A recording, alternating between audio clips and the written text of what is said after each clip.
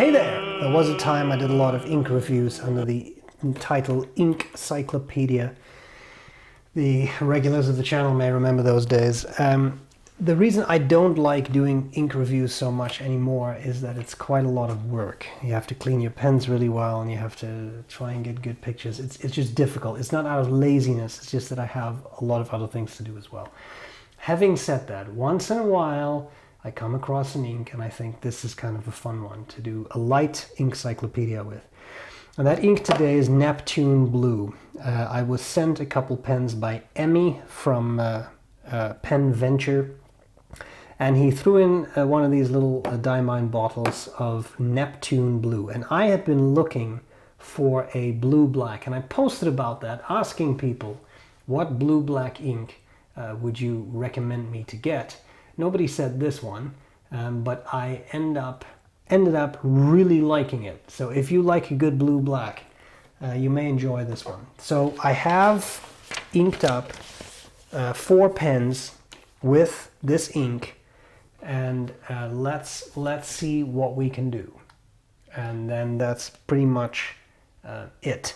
So Diamine, just a little bit about the brand if you're not familiar with Diamine. They're in the UK, they're kind of in the north of England. They make my ink, so the B.R.E. brown ink is made by Diamine. Very pleasant company to work with, and what I really like about Diamine is I have never used a Diamine ink that gave me any trouble with my pens. Some are more saturated, they will be a little harder to clean out of a pen because they're more saturated, but that applies to any brand of ink. So I really like them, and it's one of the few brands that I keep going back to. So I thought just to mention that. Now let's look at the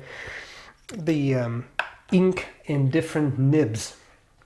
And I know there's some shadow, and I try to keep the white balance for this video as good as I could make it.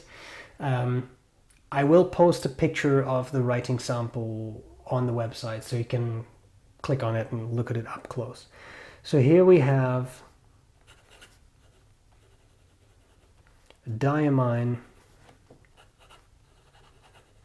Neptune Blue. And here I have, I'll just write down the name of the pen because otherwise people are going to ask.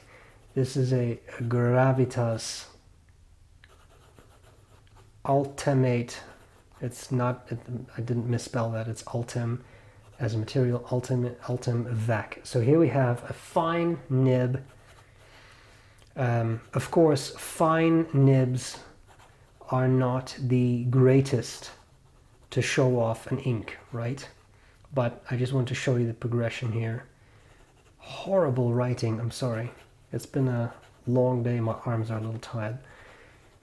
That's my excuse. Okay, fine, beautiful, blue-black. I'll post a close-up too because it actually has a red sheen, which I quite enjoy. And I have this Scrivener pen. I forget which model this is, but they sent me this one. It's engraved, which is really sweet. Medium.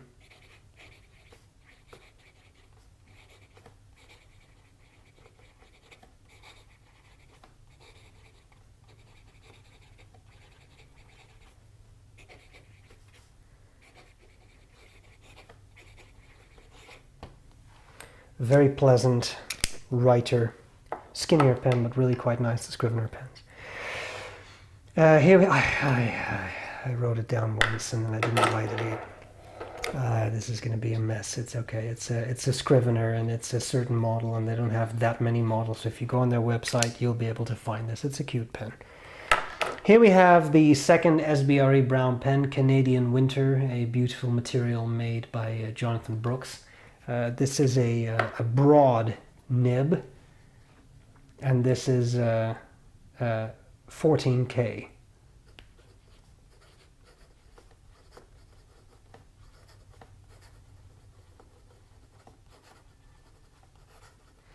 I just really love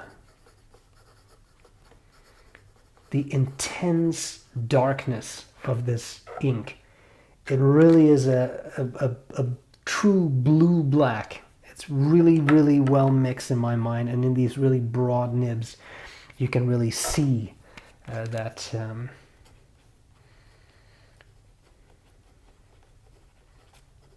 there are a couple B.R.E. Brown 2.0 pens left at Appelboom, by the way, at the time I'm recording this. So if you really want one, ... Okay, then we have, this is an italic nib. This is a Visconti Homo Sapiens. And it didn't want to start there.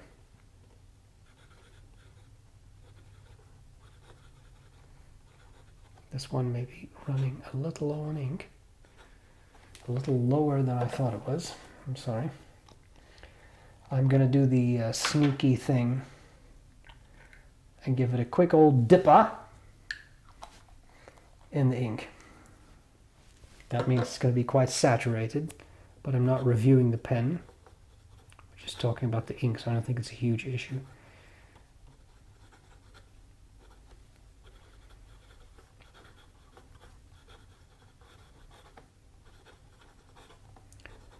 Again, the darkness of this ink is just stellar. This is a Visconti Homo Sapiens. Oop, I ran off the page there. Splattering ink. Now, one thing that I was quite curious about, so I'll do a little wet patch here. It's a pretty wet nib, this one, ruthenium covered, to hopefully get that red sheen in. And I'll just do another bit here.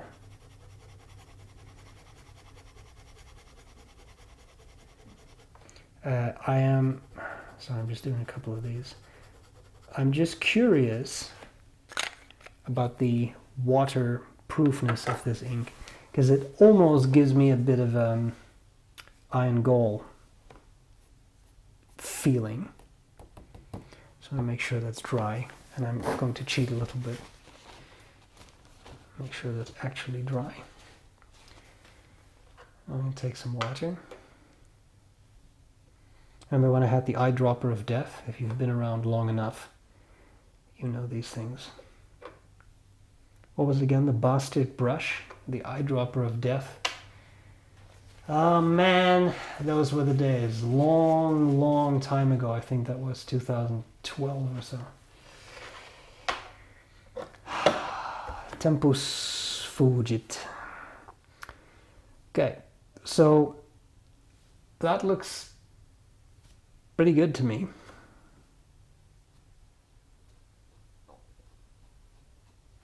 I'm going to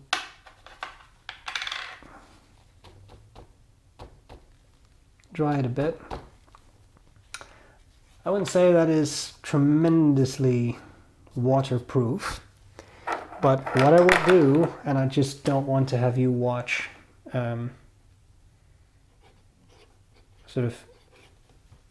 don't want to have you watch ink dry, but I'm going to put some water on that, and I'll make sure I post a picture for the website for when that is completely dry. I'm sorry that was kind of off camera, but I'll let that dry. I'll put some water on it, and I'll post a picture on the website, see how that holds up. And that's pretty much it. I think this is a very, very interesting ink, and I really enjoy using it. So, delicious, deep, deep blue-black. Thank you to Emmy for sending me this. I hope this was useful, and I'll gladly see you later. Bye.